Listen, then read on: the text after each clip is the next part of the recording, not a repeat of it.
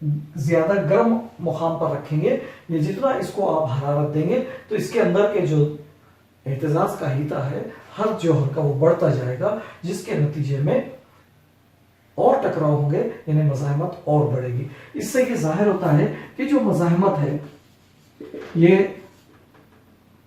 تپش پر جو ہے ڈیپینڈ کرتی ہے۔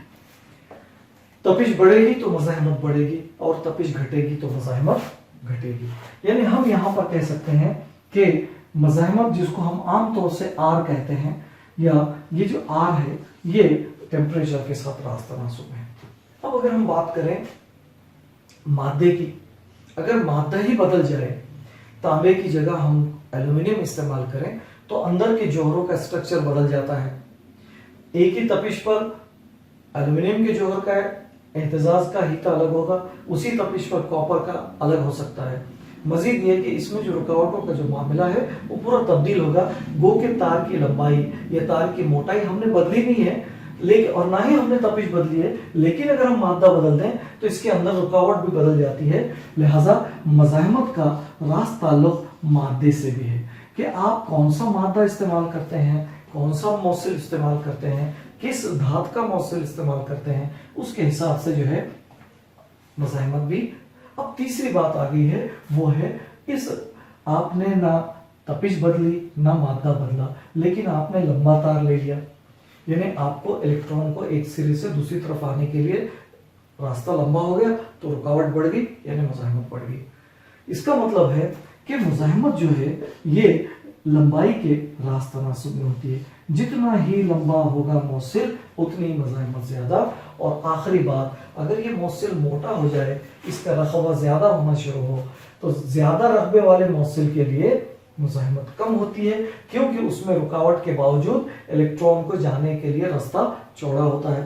اور اگر یہ موصل بہت ہی باریک تار ہو، اس کا عرضی تراش کا رقبہ کم ہو، تو ایسی صورت میں مزاحمت زیادہ ہوتی ہے۔ تو ہم عام طور پہ یہاں ہم نے اے اور بی استعمال کیا ہے یہ تار کے سروں کے لیے، لیکن یہاں جو ہم اے استعمال کریں گے وہ عرضی تراش کے رقبے کے لیے۔ تو مزاحمت عرضی تراش کے رقبے کے معکوس تناسب میں ہوتی ہے۔ زیادہ اگر موٹا ہوگا موصل تو مزاحمت کم، اور اگر موصل باریک ہو تو مزاحمت زیادہ، یعنی الٹا عمل ہے۔ اس لیے ان دونوں کو ملا کر ہم کہتے ہیں کہ تار کے ابعاد، لہذا تار کے ابعاد یعنی لمبائی یا اس کا رقبہ یعنی تار کے ابعاد، لہذا اس کی مزاحمت اس کے ابعاد پر بھی منحصر ہوتی ہے۔ مزاحمت کہیں پر منحصر ہوتی ہے؟ اس کے ابعاد پر بھی منحصر ہوتی ہے۔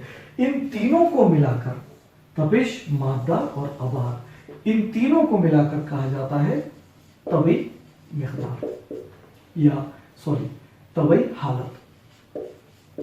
اس کو کیا کہتے ہیں؟ طبعی حالت۔ تو اگر مادے کی طبعی حالت مستقل ہو، یعنی کہ تپش نہ بدلے، مادہ نہ بدلے، ابعاد نہ بدلے، تو اس کو کیا کہتے ہیں؟ مادے کی طبعی حالت مستقل۔ تو دیکھا یہ گیا کہ اگر یہ طبعی حالت نہ بدلے تو مزاحمت نہیں بدلے گی، اور مزاحمت جب نہیں بدلے گی تو اس کے بعد اگر ہم اے اور بی کے درمیان کا تفاوت خواہ بڑھاتے جائیں گے تو کیا ہوگا کہ یہ جتنا آپ اس کو جتنا پازیٹیو کریں گے اس نیگیٹیو کی بنسبت، اتنے زیادہ الیکٹران اس کی طرف کھینچے جائیں گے رکاوٹ کے باوجود۔ لہذا آپ کو کیا ہوگا؟ بار کے بہاؤ کی شرح میں اضافہ ملے گا، اور بار کے بہاؤ کی شرح میں اضافہ یعنی برقی رو میں اضافہ ملے گا۔ لہذا خواہ میں جتنا آپ فرق میں اضافہ کریں گے، رو میں یعنی کہ بار کے بہاؤ کی شرح میں اتنا ہی اضافہ بھی ہوتا جائے گا۔ سمجھ میں آ گیا؟ لہذا اسی کو اوہمس لا یا اوہم کا قانون کہا گیا ہے، یا کلیہ اوہم کہا گیا ہے، کہ یہاں پر کلیہ اوہم کیسے بیان کیا جاتا ہے؟ اگر موصل کی طبعی حالت مستقل ہو تو موصل کے سروں کا تفاوت خواہ اس سے گزرنے والی رو کے راست تناسب میں ہوتا ہے۔ اس کو اوہم کا قانون کہتے ہیں۔ اب اس کو اگر ہم تناسب کے مستقل کو ہٹا دیں تو V is equal to R into I یا R is equal to V upon I۔ R کیا ہے؟ مستقل ہے، لیکن کب مستقل ہے؟ جب طبعی حالت مستقل ہو۔ لہذا جب طبعی حالت مستقل ہوتی ہے تو تار کے سروں کا تفاوت خواہ اس سے گزرنے والے رو کی نسبت ہمیشہ مستقل آتی ہے اور اسے تار کی مزاحمت کہتے ہیں. اس کی SI اکائی اوہم ہے, OHM. یہ ایک سائنسداں کے نام سے منسوب کیا گیا ہے اور اس کی علامتی اظہار اس اکائی کا جو ہے وہ کیپٹل اومیگا سے کیا جاتا ہے. اس طرح ہم یہاں پر دیکھ چکے ہیں کہ کرنٹ الیکٹریسٹی میں برقی موصل کسے کہتے ہیں, وہ موصل کیوں ہوتا ہے, اور یہ موصل میں مزاحمت کی وجہ کیا ہے, اور اس مزاحمت کا انحصار کن چیزوں پر ہوتا ہے, کہ جب یہ مزاحمت کم یا زیادہ کیسے ہو سکتی ہے. پھر اس کے بعد اگر ہم اس سے برقی خانہ جوڑتے ہیں تو یہ جو برقی رو گزرتی ہے, برقی رو کی تعریف کیا ہے. پھر اس کے بعد برقی رو کی اکائی کیا ہے, برقی رو کی اکائی ایمپیئر ہے. اور اس کے بعد پھر ہم یہاں پر آتے ہیں اوہم کے قانون کی طرف, جس کی وجہ سے ایک چھوٹی سی جو ہے ہم کو مساوات ملی ہے, V=R ہے یا R=V/I. یا پہلی یا دوسری کی ایک ہی مساوات کو ری ارینج کیا گیا ہے. آپ دیکھیں گے کہ اگر ہم کو ان میں سے کوئی دو چیزیں معلوم ہو تو تیسری ہم معلوم کر سکتے ہیں. ایک سمپل سرکٹ ہے, ایک مزاحمت, ایک برقی خانہ, اور اس سے ہم اگر جوڑتے ہیں تو اس موصل کی اگر R مزاحمت ہے, V اگر ہم برقی خانہ جوڑتے ہیں جس کی وجہ سے V موصل کے سروں پر تفاوت خواہ پیدا ہوتا ہے, تو موصل سے جو گزرتی ہے رو وہ I ہوتی ہے. اب ایک بات جو یہاں ڈسکشن کی رہے گی وہ یہ ہے, شکل میں اگر آپ دیکھیں میں نے یہاں پر یہ جو الیکٹران یعنی کہ مائنس مائنس کو A کی طرف جاتے ہوئے بتایا ہے جو کہ مثبت کی طرف ہے.